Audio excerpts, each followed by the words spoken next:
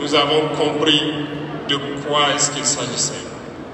Les attaques se sont enchaînées immédiatement. Déou, Tinakov, Partiaga, ainsi de suite.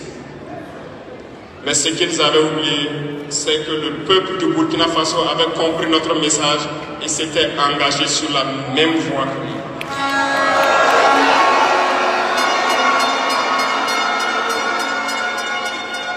Nous nous sommes réorganisés rapidement et subitement.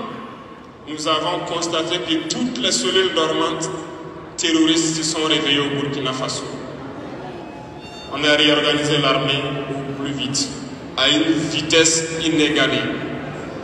Nous avons créé plusieurs unités et même si plusieurs autres sont à venir, nous les avons équipées. Et aujourd'hui, cet équipement se poursuit parce que dans les jours à venir, les mois à venir, ce que vous allez voir venir au Burkina Faso doit faire de notre armée une puissance à créer.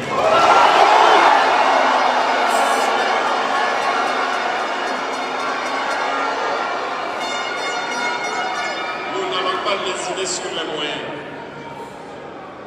Nous avons compris que le combat qui est engagé contre l'impérialisme sera dur, très dur.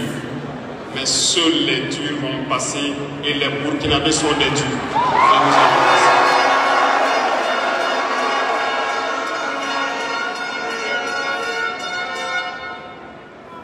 Lorsque vous avez remarqué au Niger et au Mali, pendant que nous luttions au cours donc de l'année 2023, au Niger, nous avons un gros problème. Parce que les terroristes venaient attaquer et repartaient et nous n'avons aucune possibilité de les poursuivre. Je vous fais la confidence ici aujourd'hui.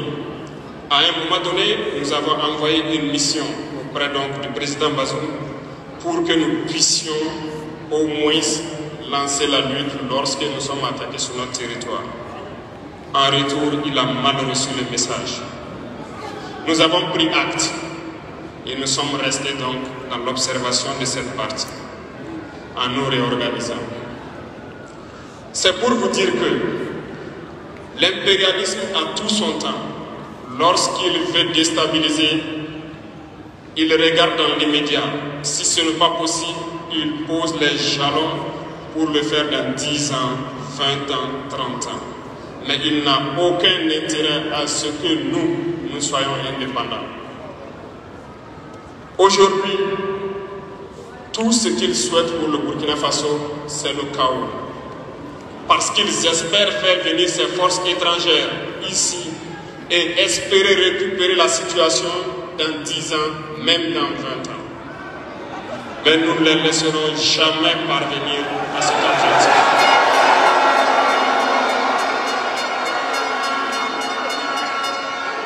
Voilà pourquoi nous avons mis en garde pendant plus d'un an les valets locaux, les esclaves de salon, pour qu'ils ne trahissent pas leur patrie au profit de l'impérialisme.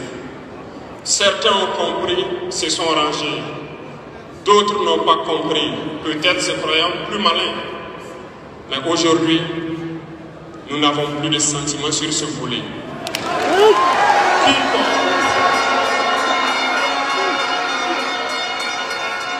Quiconque va trahir sa patrie au profit de l'impérialisme, il sera traité comme tel.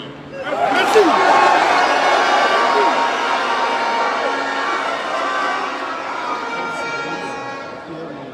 Revenant à notre fameuse CEDEAO, je vous raconte une histoire avant de commencer.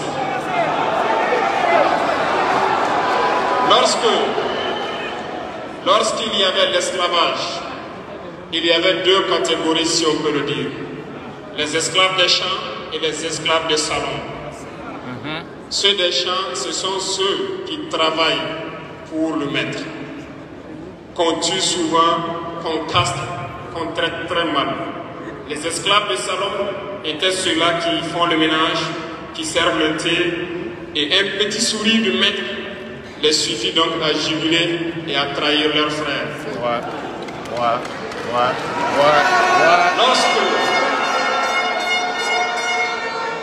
Lorsque les esclaves des champs décidaient de fuir leur maître pour chercher leur indépendance, ce sont les esclaves de salon qui venaient toujours les trahir auprès des maîtres.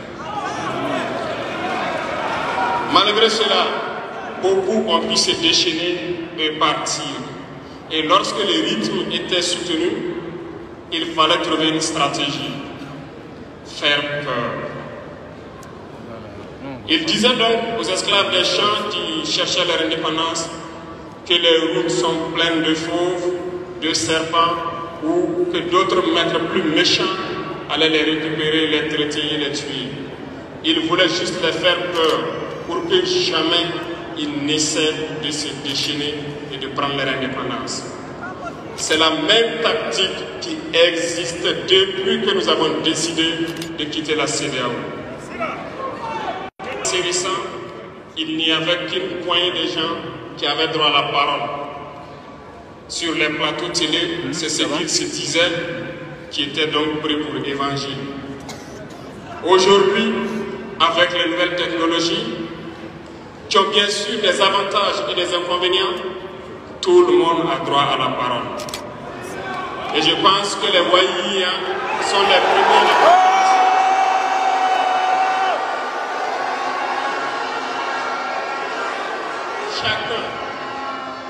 Chacun peut faire son analyse sur une situation. On peut certes se tromper, mais lorsqu'on vient vers nous pour comprendre, nous sommes bien ouverts pour vous expliquer les démarches. Ici, nous allons vous expliquer pourquoi nous avons quitté cette CEDEAO et vers où nous partons. Souvenez-vous. Et c'est en 1975 que ça a été créé. Et ça a été créé pour la majorité des chefs d'État putschistes, comme ils aiment le dire. C'était des militaires qui ont pris le pouvoir et qui ont pris les responsabilités pour créer la CEDEAO, pour qu'il y ait un véritable essor économique des peuples à l'intérieur de cet espace. Plus tard, les soi-disant démocrates se sont invités donc à la tête de nos États. Ils ont vidé complètement la communauté de son fondement. Lorsque le 26 juillet, le Niger a décidé de prendre son destin en main, nous étions surpris de voir la CEDEAO apparaître de je ne sais où avec une force en attente. Où était cette force? Lorsque des milliers et des milliers de Nigériens étaient tués par des terroristes. Ils combattent depuis des années. Ce n'est pas une armée de défilé ou une armée de maintien de paix. Et les armées de l'AES ont décidé de s'unir. Nous attendons cette force en attente.